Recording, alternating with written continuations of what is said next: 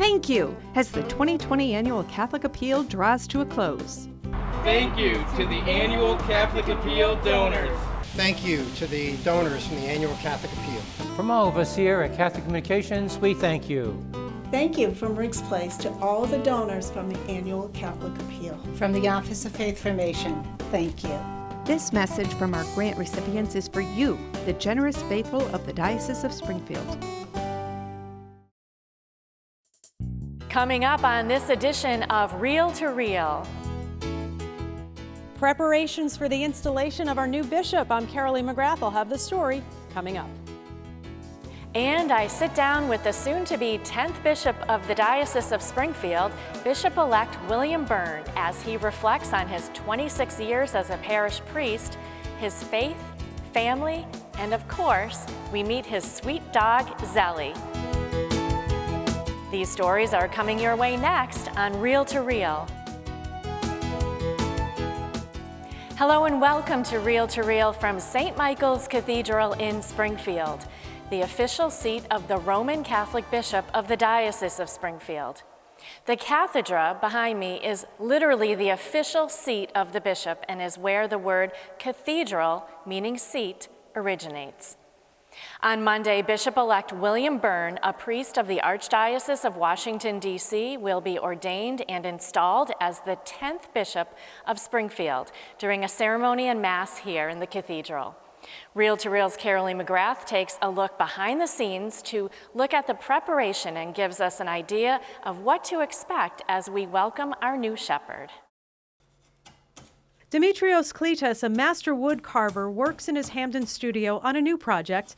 With incredible precision, he carves out a candle and a moon for Bishop-elect William Byrne's crest. The crest hangs above the cathedra in St. Michael's Cathedral. Well, this is a crest. For every bishop has a different symbols and has his own way and own words too.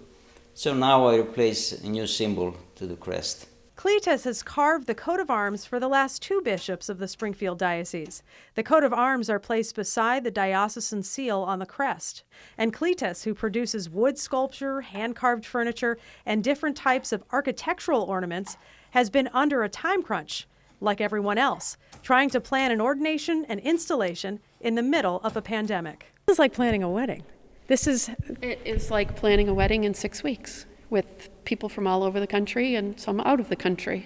Stacy DeBurn is the manager of the Bishop's Office and Special Projects. She's leading the Diocese of Springfield's Episcopal Ordination and Planning Team, which is putting the finishing touches on plans for the installation Mass for the Springfield Diocese's 10th Bishop. The biggest challenge right now is with the restrictions due to the virus. There are changes every day happening in Massachusetts, so we just don't know what's going to happen. It changes almost hourly. She added that all guests arriving from out of state will be required to follow Massachusetts guidelines and be able to provide evidence of a negative COVID test prior to their arrival. During a typical bishop's installation, there would be about 1,000 people inside St. Michael's Cathedral. Of course, this is not a typical year, so their numbers are restricted to 297. Bishop-elect Byrne, a native and priest of the Archdiocese of Washington, has a big family. He's the youngest of 8 children. His 97-year-old mother, Mary, along with siblings, nieces, and nephews, will be in attendance. There will also be a prayer service Sunday night, the night before the installation Mass. Both services will be live-streamed on diospringfield.org. The installation on Monday will be broadcast live on WWLP and Catholic TV. This is an installation ordination, or I should say ordination installation, because right now Father Byrne is a priest, and so now he's been bishop-elect, so he must be ordained to the episcopacy. And then after that ordination, he will be brought to the chair, the main cathedra of the cathedral, and formally installed as the Bishop of Springfield. Father Bill Hamilton of the Diocese Office of Worship and chaplain of the Springfield and East Hampton Police Departments will be part of the live coverage of the Mass, helping to commentate from WWLP's studios. He explained the planning committee has gone to great lengths marking off pews and planning seating arrangements at the altar for visiting bishops and cardinals who will con-celebrate the Mass. So there's a lot going on, and we're trying to do the best we can to accommodate everybody's wishes and everybody's needs. Obviously, it's going to be a little smaller event than what it would normally be. The Father and the Son. Right before Thanksgiving, Bishop-elect Byrne made a quick visit to Springfield to meet with the priests and deacons and members of the media. But his first stop was to bless a new preschool at St. John the Evangelist Parish in Agawam. Accompanying him, of course, was his dog, Zelly. Next week I'll be going on my retreat, so I ask everyone to pray for me on my retreat, to focus exactly on this new ministry that the Lord is calling me to. But I am so overjoyed to be moving to Western Massachusetts and to get to know a whole new family of faith and to fall in love with the people here. And while the planning committee has thought of everything from the liturgy to hospitality to safety, their work has been rooted in prayer as the diocese prepares for a new shepherd. It seems like he's going to be a great fit for our diocese. He's a very humble man who doesn't take himself too seriously, and I think he's very, very bright. So he's a good mix of all the characteristics that we would want in a leader. A leader who's charged with proclaiming the good news and bearing witness to Christ and leading others to know and love the Lord. Reporting for Reel to Reel, I'm Carolee McGrath. And due to COVID-19 restrictions, the ordination of Bishop-elect Byrne is by invitation only. But you can watch it live via streaming on any device at diospringfield.org, or locally you can tune in on WWLP TV 22 on Monday afternoon beginning at 2 p.m. As everyone continues preparing for Monday's ordination, the last few weeks have been one of transition for Bishop-elect Byrne as he left his parish in Maryland and headed north to New England. Bishop-elect Byrne and I sat down right before Thanksgiving in his residence on Elliott Street in Springfield. His dog Zelly already making herself right at home. Here she is, Miss Zelly. She's named after the mother of Saint Therese of Lisieux, whom I have a great devotion to. And so Saint Zelly she and her husband, Zelly and Louise Martin, were canonized by Pope Francis in 2015. And examples of, so I have in the back of my mind that I need to get a Louis. Since I've got a Zelly, I need a Louis, but I gotta wait. I think she could use a little company, but. She seems like a really sweet dog. Oh yeah, she's only 2.5 and she's a love. It's been a whirlwind of a few months for the bishop-elect since he was named the 10th Bishop of Springfield October 14th. He told me what it was like to receive the phone call from the Pope's representative, Archbishop Christophe Pierre. So I was at the receptionist desk because she was off that day, and I was waiting for an appointment to come in, and all of a sudden a number came up on my cell phone, and I didn't recognize it, so I don't pick it up. And then it went to voicemail, and it was a 202 number, so then I picked it up, and it said, "Hello, Father Byrne, this is Archbishop Christophe Pierre." He's French, which adds a little drama to the whole thing. And he said, "Please call me at your earliest convenience." I was like, oh. So I went into the youth room where I know nobody could hear me. And that's when he said, "The Holy Father would like to is appointing you the Bishop of..." And then he paused, and I was like, drum roll. And he said, "Springfield in Massachusetts," which I was excited about because I went to college up here.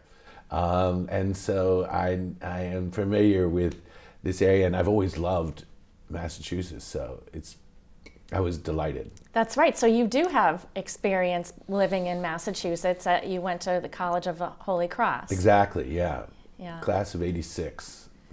I lived with 9 other guys in my in a house. It was more like a tenement. It's a horrible, dirty place. It wasn't because it was the building. It was because we were a bunch of college knuckleheads, and all of them were. It shows you the sort of cohesion. They'll all be at the ordination, all present there with their wives. So it'll be nice. The 56-year-old bishop-elect and native of Washington, D.C., is the youngest of 8 children of Mary and the late Dr. William Byrne.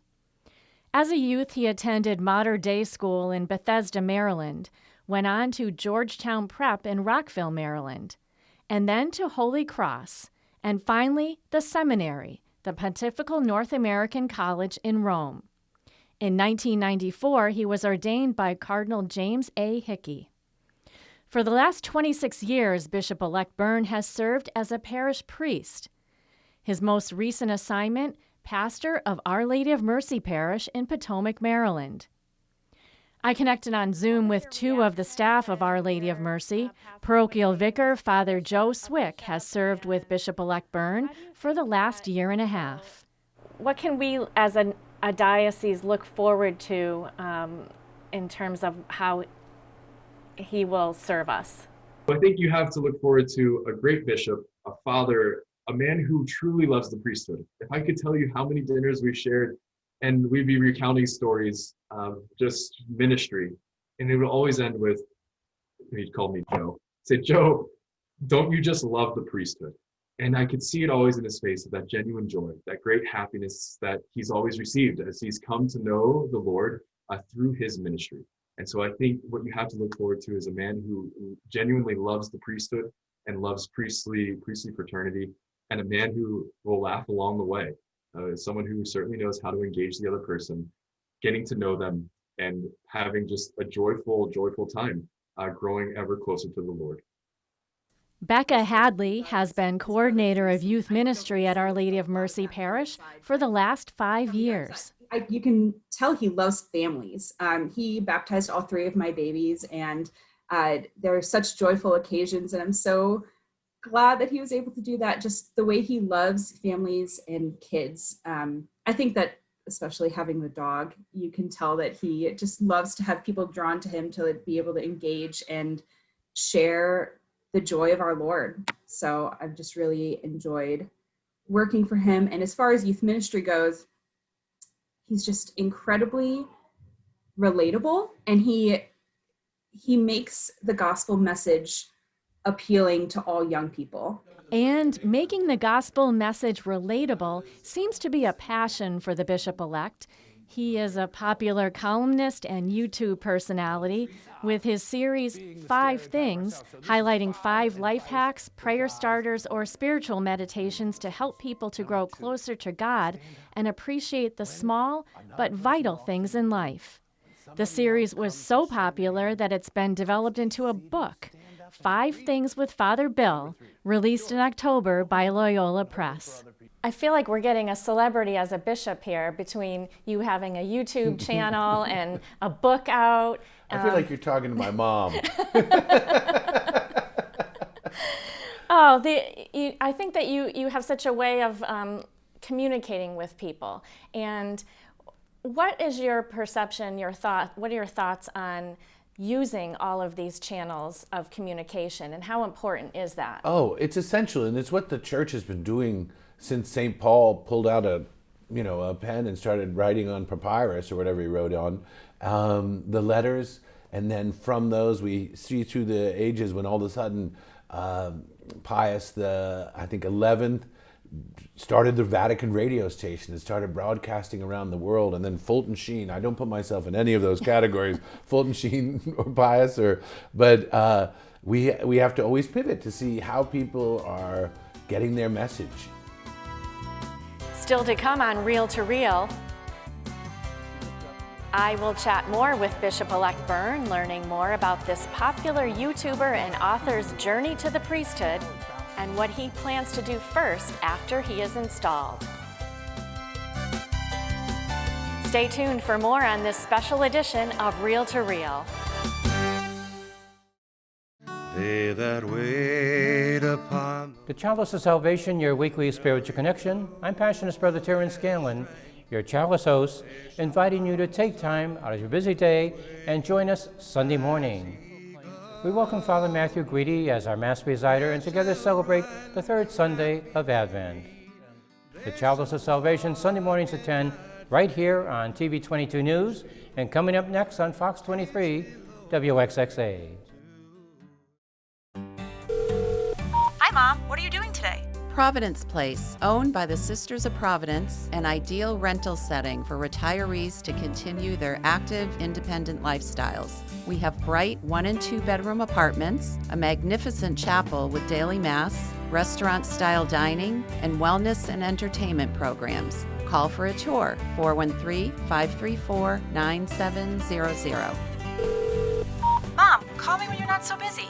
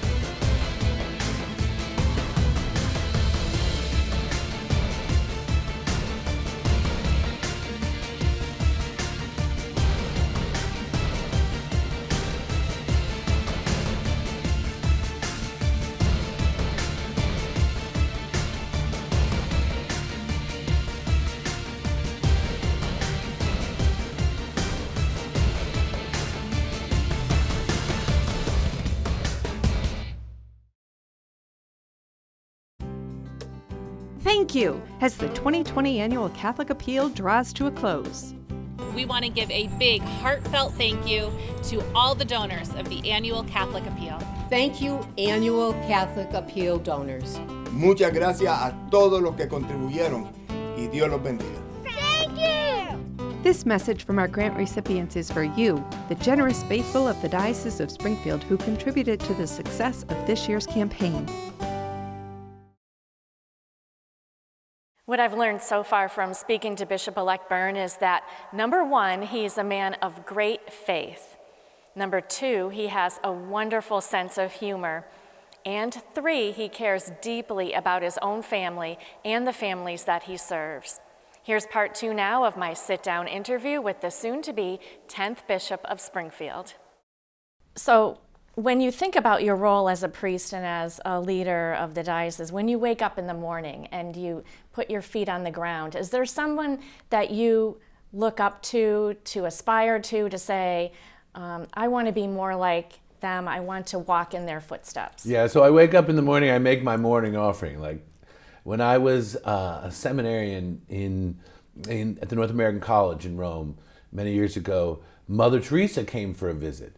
And she spoke to us, and then she was standing at the door, and we all filed by, and we had our breviaries, our prayer books, and she signed them.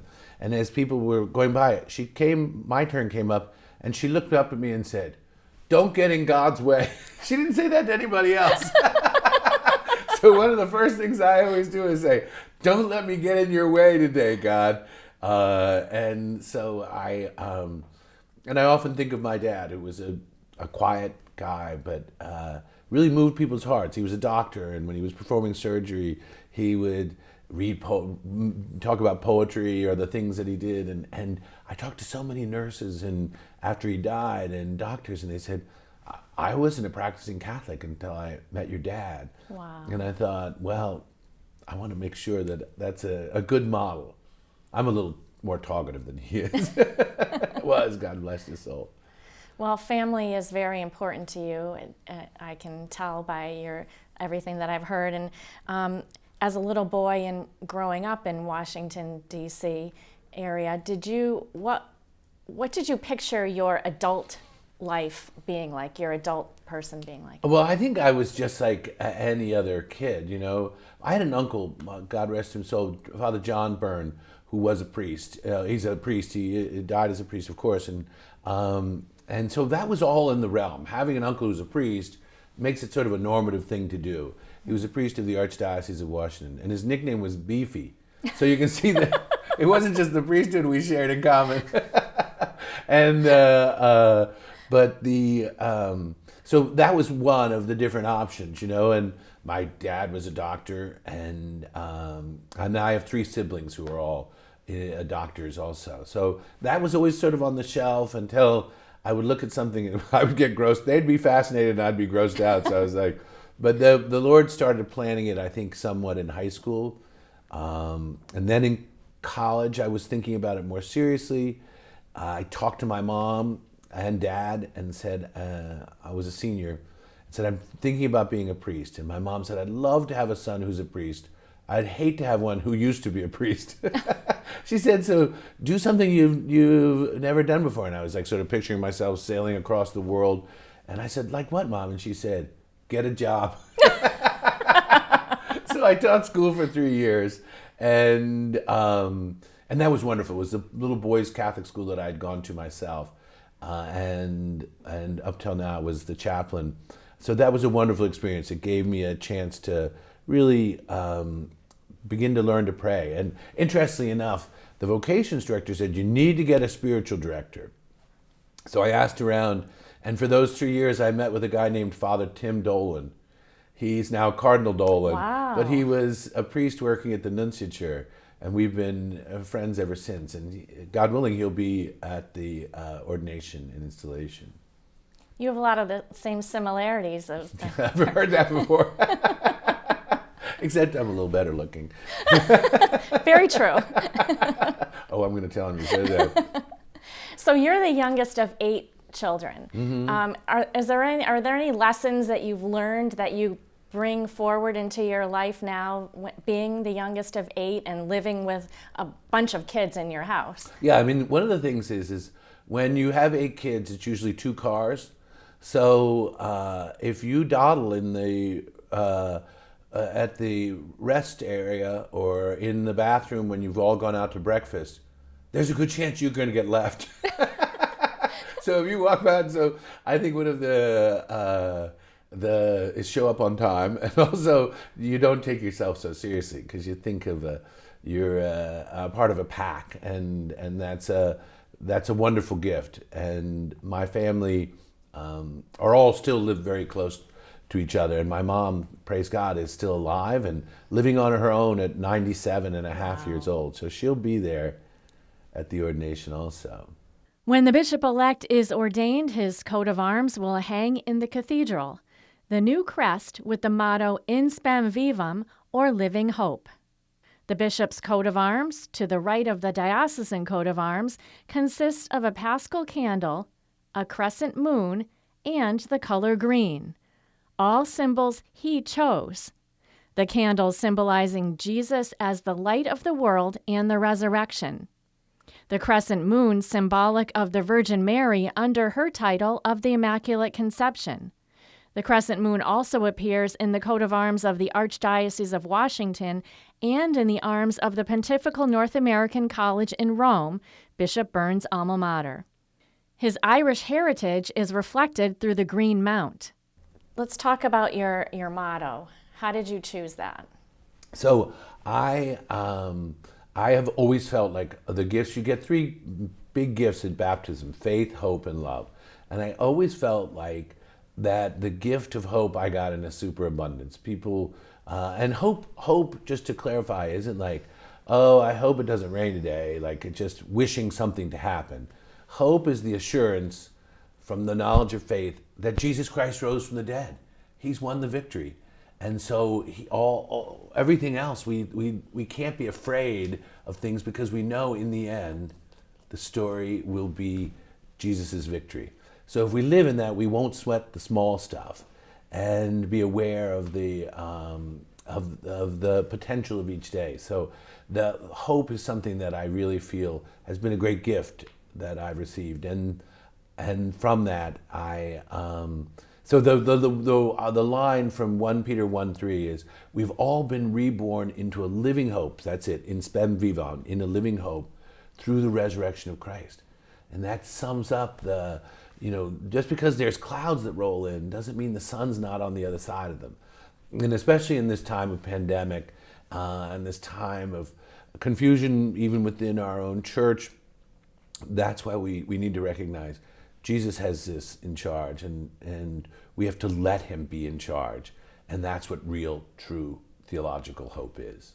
With humor, love, and honesty, the bishop-elect talked about what his priorities would be after taking leadership of the Diocese of Springfield. Well, number one is to fall in love with the people and priests of Western Massachusetts. My heart is already, like the Grinch, it's growing. and I have the dog to go with it. And so to get to know and to listen. I've always said I've been a pastor for 22 of 26 years of priesthood. So my heart has always been in the parish with the people, boots on ground. And whenever I talk to seminarians or young priests, I say, being a pastor is about 85 to 90% listening, to recognize that the Holy Spirit does not just speak to me or to the priest, but is working in the hearts of every faithful who is listening and opening their minds and heart to the Holy Spirit. So I want to begin to listen, but I also feel like we have to, important work is being done through our independent task force working with the child sex abuse crisis and making sure that we work towards transparency. I'm fully committed to that because we can never heal. You know, our healing of the victims can't happen unless we really opened ourselves to debreeding any wound. So transparency, working with the task force to make sure that we make this place a real beacon on a hill, that Western Massachusetts be a place that people can trust. And to that end, I believe strongly that we need to re-establish our own experience and trust and dialogue with those who've been disaffected. You know, it breaks my heart that so many people are away from the Lord because of some in his church, and some who've worn this collar, but so many great priests and so many wonderful shepherds have also, vast majority.